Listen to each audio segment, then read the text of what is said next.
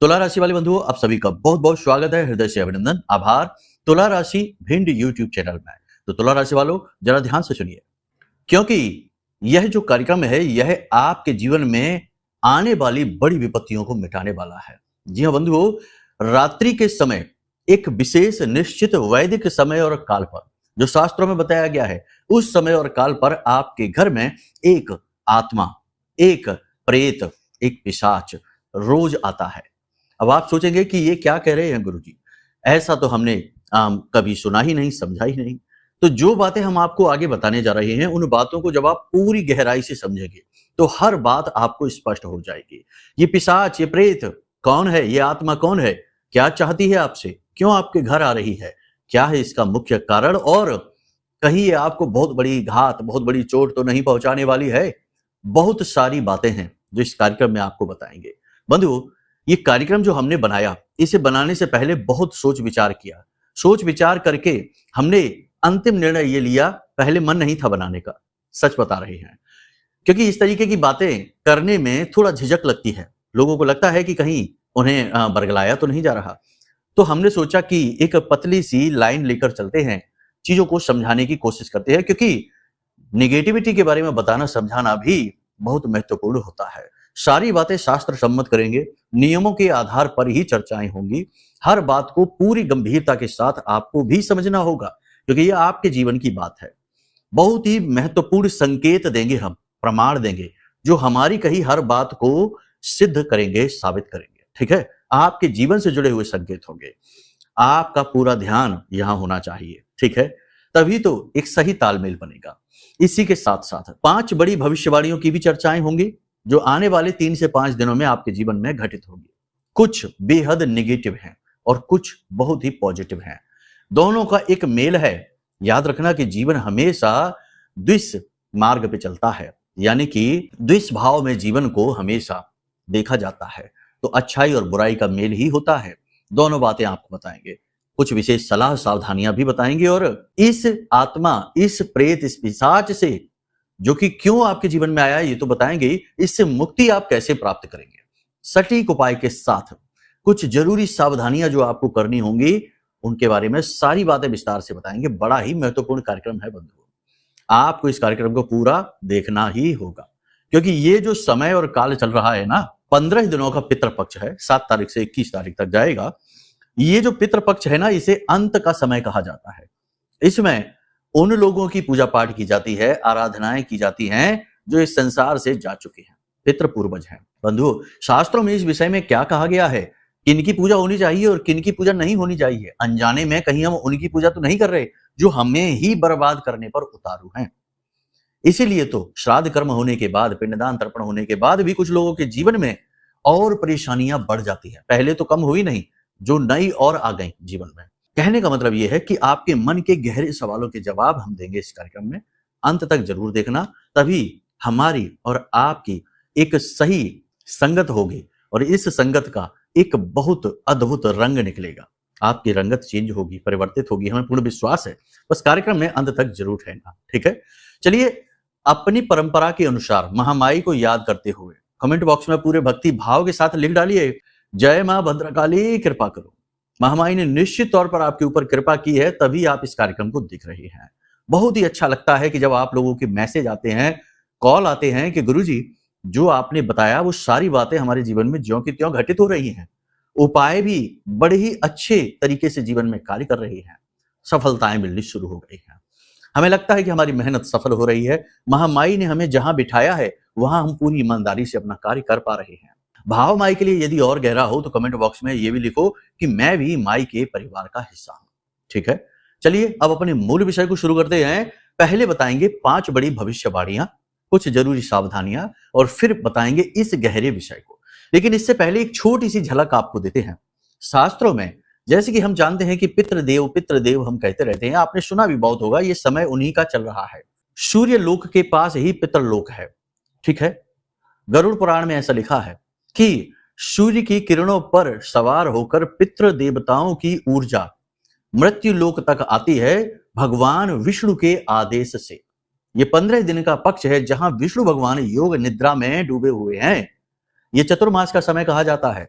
अलग अलग देवी देवता कार्यभार संभालते हैं, तो ये 15 दिन का जो कार्यभार है इस संसार के संचालन का, ये पितृ देवताओं के ऊपर होता है ना। यानी कि इस समय इस संसार के अधिपति मालिक पितृ देवता हैं। लेकिन पितरों की भी 3 गतियां बताई गई हैं शास्त्रों में, इन्हें आप ध्यान से समझिए। यहीं से हमारा जो टॉपिक है वो चेंज होगा, ठीक है, आपको सही डायरेक्शन मिलेगी। तो जय माइकी बंधुओं, ज्योतिष और तंत्र विद्या के क्षेत्र में आचार्य अमित एक जाना माना नाम है।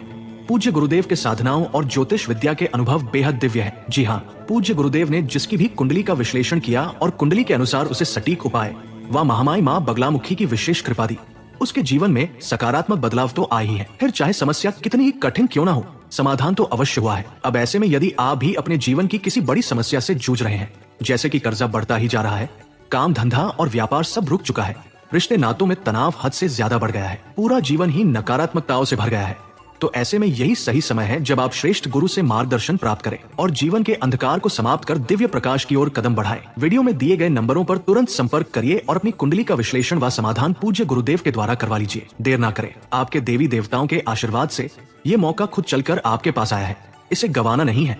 अभी फोन करें और गुरुदेव से मार्गदर्शन प्राप्त करें। महामाई आपका कल्याण करें। धन्यवाद। पहली गति है पितरों की, जो ऊर्ध्वगामी पितर कहे गए हैं, उन्हें पितृलोक मिला है, वो पितृलोक में रहते हैं, वहां अपनी मुक्ति का या पुनर्जन्म का इंतजार कर रहे हैं, ठीक है ना। याद रखना कि यहां हम जो भी बातें कर रहे हैं, जैसे देवताओं की बात करें, पितरों की बात करें, ये सारी अलग अलग योनियां हैं। जैसे हमारा जीवन चलता है वैसे ही उनका जीवन वहां चलता है, लेकिन उनके पास कुछ अलग शक्तियां हैं, कुछ अलग उनके पास क्षमताएं हैं जिससे वो हमसे संपर्क कर सकते हैं। हमारे पास भी ऐसी क्षमताएं, शक्तियां हैं कि हम चाहें तो किसी भी देवी देवता की ऊर्जा को महसूस कर सकते हैं, जैसे साधक महसूस करते हैं, ठीक है, उसके लिए विधियां हैं। खैर, तो पहली गति है जो ऊर्ध्वगामी कहे जाते हैं, जो पितृलोक में रहते हैं, और दूसरे पितृ जो हैं वो अधोगति वाले अधोगामी पितृ होते हैं। ये पितृ नहीं, ये प्रेत होते हैं। आपने देखा होगा कि बहुत सारे लोग कहते हैं कि गुरुजी, जो व्यक्ति परिवार का इस संसार से जा चुका है, बहुत से लोग कहते हैं कि गुरुजी हमें वो दिखाई देते हैं, वो हमें अक्सर दिखाई देते हैं। अब यदि कोई भी व्यक्ति जो इस संसार से हाल हाल में ही गया है और वो किसी को दिखाई दे रहा है, तो इसका मतलब यह है कि वह 100% प्रेत बना है। क्यों? इसका कारण क्या है? अगर वह सदगति वाला होता तो सीधा पितरलोक जाता। यदि वह तीसरी गति का, जैसे हमने तीसरी गति के बारे में बोला, 3 गतियों के बारे में, एक होता है मुक्त पित्र, ठीक है ना, वो सीधे मुक्त होते हैं, वो कभी किसी को नहीं दिखाई देते, ना ही जन्म और मृत्यु के चक्करों में फंसते हैं, वो मुक्त होते हैं, उन्हें मुक्ति प्राप्त हो जाती है, ईश्वर तत्व में विलीन हो जाते हैं। कह सकते हैं कि सतलोक में, जी हाँ, जहां भगवान रहते हैं सर्वोपरि परम ऊर्जा के रूप में, वहां पर वे विलीन हो जाते हैं। तो उनकी बात ही छोड़ दो, वो तो एक अलग ही टॉपिक हो गया, ठीक है। तो जो आपके पित्र आपको दिखाई दे रहे हैं वो यहीं घूम रहे हैं, वो गए नहीं है ऊपर। जब तक उनकी ऊर्जा तीव्र है, प्रेत बने हुए हैं, आपको वो दिखते रहेंगे। अपनी इच्छाओं, कामनाओं की पूर्ति के लिए वो आपकी ही ऊर्जा का प्रयोग करेंगे, किसी और की नहीं, क्योंकि उनका आपसे भावनात्मक जुड़ाव बहुत गहरा है। इसीलिए जो भी पितृ नहीं बनते, प्रेत बनते हैं, वो अपने ही परिवार को परेशान करना शुरू कर देते हैं। बहुत सारे ऐसे हमने देखे हैं अपने जीवन काल में। बहुत सारे लोग आते हैं जो कहते हैं कि शुरुआत में तो दिखने शुरू हुए, बाद में उन्होंने सपनों में आके उल्टी सीधी मांगे करनी शुरू कर दी। बोले हमारी स्थापना कराओ, हमारी पूजा प्रारंभ करो। भला कोई पितृ या प्रेत ये कहेगा कि हमारी स्थापना करो और हमारी पूजा कराओ? ये तो वही करेगा जो कि अपनी शक्ति को बढ़ाना चाहता है, आपकी ऊर्जा, आपकी पूजा से। समझ रहे हैं आप हमारी बात? कहने का मतलब ये है कि ये बहुत बड़ा मेल है, बहुत बड़ी जरूरत है आपको समझना। यदि आप इन चीजों को मानते हैं, और नहीं मानते हैं तो कोई बात नहीं है, ठोकरें खा खा के समय तो आपको ये सारी चीजें मनवा ही देगा। ये जो बातें शास्त्रों में लिखी रहती हैं, ये कोई साधारण बातें नहीं है। ये हमारे प्राचीन काल के ऋषि मुनियों ने अपने तपोबल से अनुभव की हैं बातें, और उन्हें ही लिखा गया है, और उन्हीं बातों को हम आज दोहराते हैं, और उन बातों की सत्यता भी हमें पता चलती रहती है जीवन में, समय और काल पर। समझ रहे आप? तो ये सारी बातें हैं, आपको समझनी चाहिए। चलिए अब बात करते हैं भविष्यवाणियों की। फिर आगे हम बात करेंगे उस आत्मा के बारे में जो आपके घर में आ रही है प्रतिदिन। क्या है, क्यों है, कैसे छुटकारा मिलेगा, अच्छी है बुरी है, ये भी बताएंगे, ठीक है। तो ध्यान से समझिए। पहले बात करते हैं भविष्यवाणियों की। कार्य क्षेत्र में विरोधी आपके कमजोर पड़ेंगे, ठीक है। अच्छी खबर है ये। जहां भी आप कार्य कर रहे हैं, चाहे आपका बिजनेस है, व्यापार है, नौकरी है, आपके विरोधी जो हैं, कॉम्पिटिटर्स हैं, जो आपसे जलने वाले हैं, शत्रु हैं, वो कमजोर पड़ने लगेंगे। लेकिन आप भी कमजोर पड़ेंगे। बिजनेस व्यापार मंदा हो जाएगा, नौकरी में मेहनत बढ़ जाएगी, लेकिन प्रतिफल मिलने कम हो जाएंगे। ठीक है, आपके करियर में ये एक बड़ा मोड़ हो सकता है। कैसा मोड़? नेगेटिव भी हो सकता है, पॉजिटिव भी हो सकता है। कहने का मतलब यह है कि करियर की गति अभी बहुत धीमी है। ऐसे में आपको कुछ जरूरी सावधानियां रखनी है। पहली तो ये कि आपको जो काम दिए जा रहे हैं या आपके स्वयं के बिजनेस व्यापार के लिए जो सबसे जरूरी कार्य हैं, उन कार्यों को करते जरूर चलें। आप धीमे ना हो, कमजोर ना पड़े, आलस ना करें। ठीक है, और मन में भी निराशा आप ना भरें। हालांकि आपके मन में थोड़ी बहुत निराशा आएगी, एक अनजाना सा डर भय आपके मन में रहेगा, कुछ अनहोनी होने का डर आपको लगातार सताएगा। लेकिन ये सारी चीजों को साइड में रख के आपको पॉजिटिव रहना है और अपने कार्यों को पूरी ईमानदारी से करते रहना है। दूसरा कि आपको किसी को भी उधार पैसे नहीं देने हैं। ठीक है, ये एक बहुत जरूरी कार्य है जो आपको करना ही है। यानी किसी को पैसे नहीं देने हैं। कोई आपसे मदद मांगने आएगा, कोई आपसे उधार मांगेगा, बहुत सोच समझ कर ही निर्णय लेना है। अब हम यहाँ पर निषेध नहीं कर रहे हैं इस चीज को, क्योंकि हो सकता है कि सचमुच में ही किसी को जरूरत पड़े, लेकिन जरूरत पड़े तो बहुत छोटी सी रकम ही किसी को उधार देना, जिससे आपका बजट ना खराब हो, आपके ऊपर उसका ज्यादा प्रभाव ना पड़े। एक और सबसे महत्वपूर्ण बात है, कुछ लोग यहाँ पर ये पूछते हैं, हमारे पास फोन आते हैं और हमसे प्रश्न पूछते हैं लोग कि गुरुजी, ये जो पितृपक्ष चल रहा है, क्या इस पितृपक्ष में पूजा पाठ नहीं करनी है, कुंडली विश्लेषण नहीं कराना है, और हम एक जो कवच हमने बनाया है आप लोगों के लिए, महामाई का ब्रह्मास्त्र विद्या मां बगलामुखी का कवच है, ये कवच नहीं खरीदना है? तो हम आपको बता दें कि आपके मन का संशय दूर कर देते हैं। दो तरीके के कार्य होते हैं, एक मांगलिक कार्य और एक धार्मिक कार्य। तो मांगलिक कार्य का मतलब होता है जिनमें कि हम मुहूर्त निकालकर कार्य करते हैं। जैसे हम गाड़ी खरीदने जा रहे हैं, प्रॉपर्टी खरीदते हैं, मुंडन संस्कार होते हैं, कोई मंगनी वगैरह तय होती है, विवाह तय होता है, तो ये मुहूर्त से किए जाने वाले कार्य हैं। इन कार्यों को नहीं करना है। नए कपड़े नहीं लेने हैं, बाल नहीं कटवाने, नाखून नहीं कटवाने, बहुत सारे कार्य हैं, छोटे छोटे भी कार्य हैं। इन कार्यों को मांगलिक कार्य कहा जाता है, यानी कि मंगल लाने वाले कार्य, है ना। तो इन कार्यों को निषेध होता है पितृपक्ष में। लेकिन कुछ कार्य हैं जो बहुत जरूरी भी हैं, जिन्हें धार्मिक कार्य कहा जाता है। जैसे पूजा पाठ करना, विशेष अनुष्ठान करना, विशेष क्रियाएं करना, पितरों को प्रसन्न करने के लिए, पितरों का आशीर्वाद प्राप्त करने के लिए कुछ बड़े उपाय करना, क्रियाएं करना, अनुष्ठान करना, ये तो जरूरी है, ये तो करना ही होगा, ये समय काल ही इसका है। अपनी कुंडली का विश्लेषण कराना भी एक बहुत महत्वपूर्ण कार्य है। क्यों? इसका जवाब सुनिए, आपको पता चल जाएगा। कुंडली में किसी किसी की कुंडली में किसी विशेष प्रकार का पितृदोष निकलता है।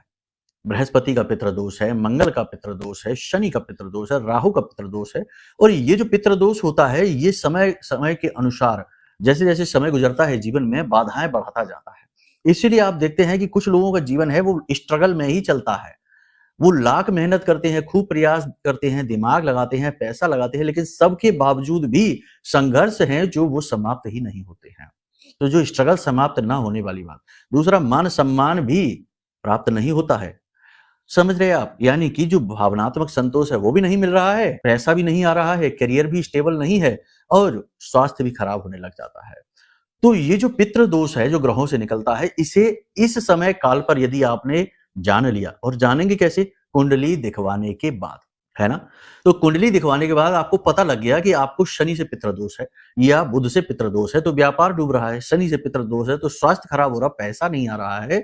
राहु से पितृदोष है तो झूठे लांछन लग रहे हैं, आरोप लग रहे हैं, आपके फैसले गलत साबित हो रहे हैं, आप भ्रमित हो रहे हैं, मतलब कि अलग अलग प्रकार के पितृदोष। तो आपको जब पता लग जाएगा तो उसके कुछ विशेष उपाय होते हैं जो हम आपको देंगे अगर आप हमसे कुंडली विश्लेषण कराते हैं। तो उन उपायों को जब आप करेंगे तो इस पितृ पक्ष में उस पितृ दोष के समाप्त होने की पूर्ण संभावना है, क्योंकि ये पक्ष है ही पितरों के लिए। आपके पितृ आपसे पूर्ण रूप से संतुष्ट हो जाएंगे और उस विशेष ग्रह से जो पितृ दोष आ रहा है वह भी समाप्त हो जाएगा। याद रखना। तो ऐसे में कुंडली दिखवाना बेहद आवश्यक कार्य है, इसे जरूर करना चाहिए, है ना। मन की कुछ शंकाएं समाप्त हुई, धार्मिक कार्य करने हैं, अनुष्ठान करने हैं, कुंडली विश्लेषण कराना है, कवच भी खरीदना है, क्योंकि कवच क्या है, ऐसे में ये पितृपक्ष जो आया है चंद्र ग्रहण से शुरू हो रहा है, सूर्य ग्रहण पर समाप्त हो रहा है। शास्त्रों में कहा जाता है कि इस प्रकार का जो पितृपक्ष होता है, ऐसे में नेगेटिव एनर्जी, जो नेगेटिव एनर्जी होती है, नकारात्मक ऊर्जा होती है, पिशाची शक्तियां होती हैं, प्रेत होते हैं, ये अति बली हो जाते हैं, क्योंकि यहाँ चंद्र पीड़ा से शुरू हुआ है और सूर्य पीड़ा पर समाप्त होगा। तो ऐसे में नेगेटिव एनर्जी अति बली हो जाती है। तो इससे छुटकारा आपको कौन दिलाएगा? आपको अपनी सुरक्षा चाहिए, आपका सुरक्षा घेरा मजबूत होना चाहिए। तो ऐसे में जो सिद्ध जन होते हैं, जो साधक होते हैं, उनके द्वारा निर्मित की गई चीजें आशीर्वाद के तौर पर रक्षा कवच का कार्य करती हैं। तो ये जो रक्षा कवच है, ऐसे समय और काल पर तो अत्यंत आवश्यक है खरीदना। समझ रहे हैं ना आप? हम ये नहीं कहते कि आप हमसे खरीदिए। कोई अन्य पवित्र गुरुजन हैं जो आपको उन पर पूर्ण विश्वास है, भरोसा है, तो उनसे कुछ ऐसी चीज मांग लीजिए जिसमें उनकी साधना का बल लगा हो। ठीक है? ये तो सिर्फ बात ऐसी है कि भाई इन चीजों की आवश्यकता है, क्योंकि हम ये देख रहे हैं कि लोग बड़े भ्रमित से हैं। उन्हें समझ नहीं आ रहा कि वो क्या काम करे, क्या ना करे। तमाम तरीके की जानकारी, आजकल जानकारी का तो ढेर लगा हुआ है। एक चीज ढूंढो, लाख चीजें सामने आ जाती हैं, जातक कंफ्यूज हो जाता है। तो इस कंफ्यूजन को हटाने के लिए हमने ये चीजें स्पष्ट की हैं आपके लिए। ठीक है?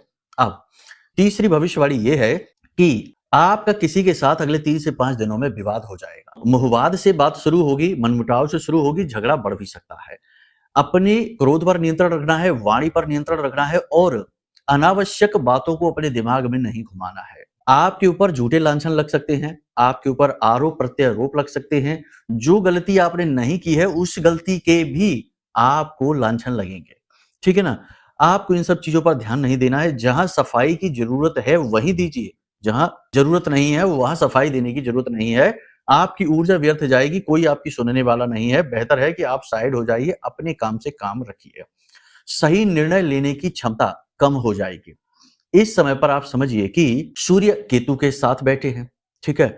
और जब पितृपक्ष शुरू हुआ तो चंद्रमा जो है वो राहु के साथ बैठे हुए थे।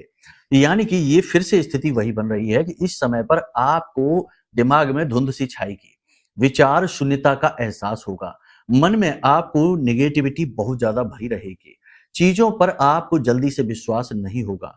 कोई कुछ कहेगा जो आपका अपना होगा, हितकर होगा, उसकी बात पर विश्वास नहीं होगा।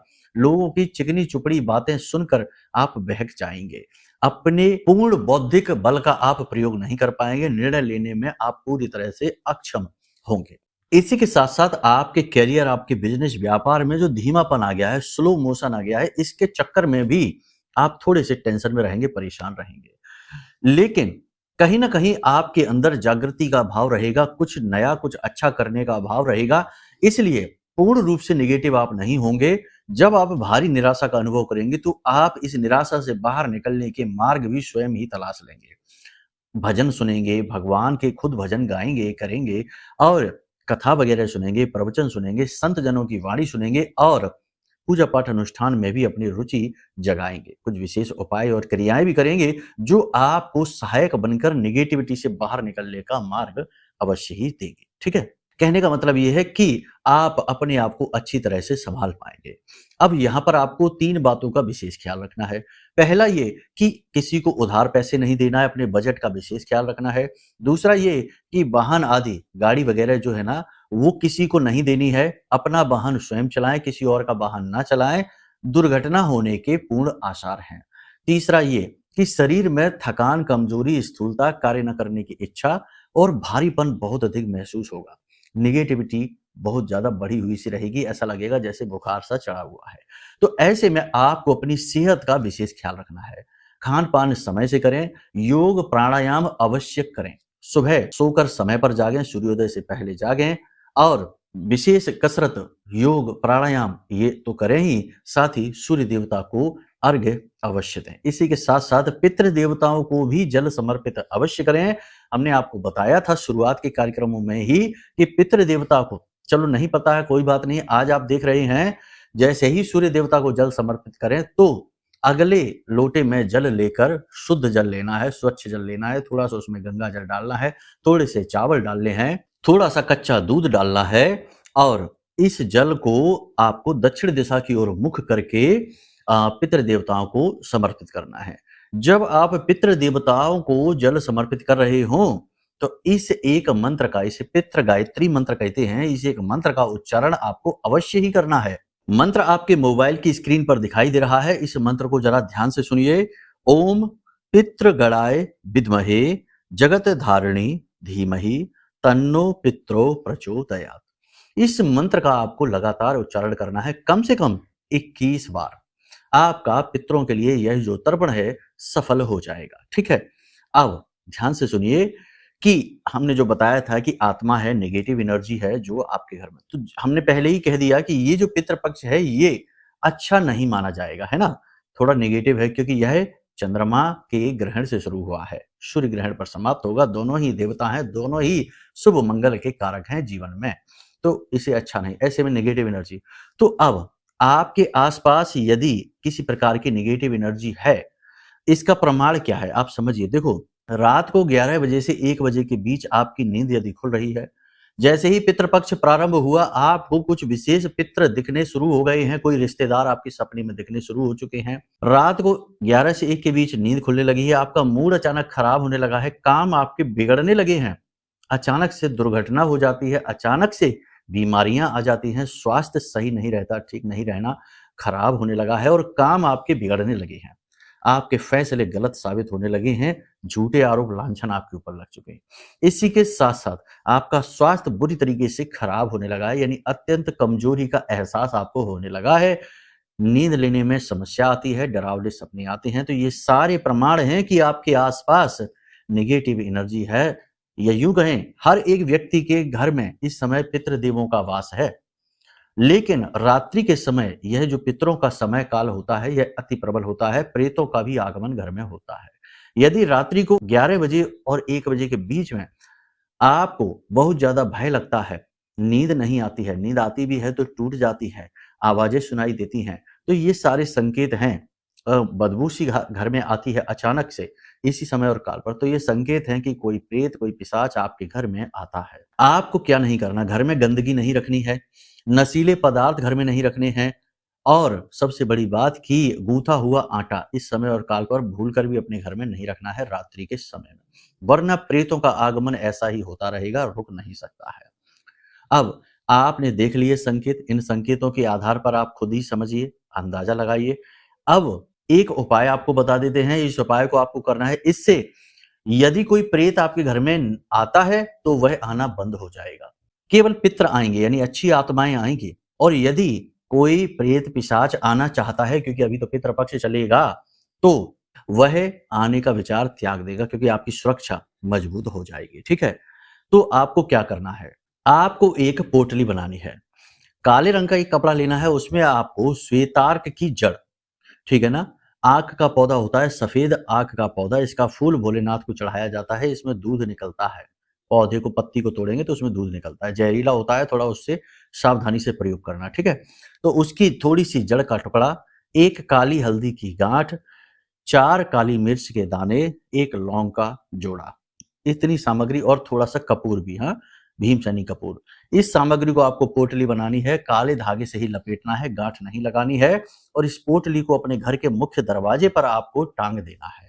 जब तक पितृपक्ष चल रहा है तब तक इसे आप टांग कर रखिए, आपके घर की पूर्ण सुरक्षा होगी, कोई भी नेगेटिव एनर्जी आपके घर में प्रवेश नहीं करेगी। ठीक है, इसी के साथ साथ आपकी अगर ऐसा लगता है कि आपके घर में ऐसी समस्या लंबे समय से चली आ रही है, तो कोई नेगेटिव एनर्जी आपके घर में बहुत लंबे समय से भी वास कर सकती है, किसी ने कोई किया कराया, कोई टोना टोटका भी हो सकता है, बहुत कुछ होता है। तो अब ऐसी विषम परिस्थिति से यदि आप बाहर निकलना चाहते हैं तो हमने इसके लिए यह महारक्षा कवच बनाया है।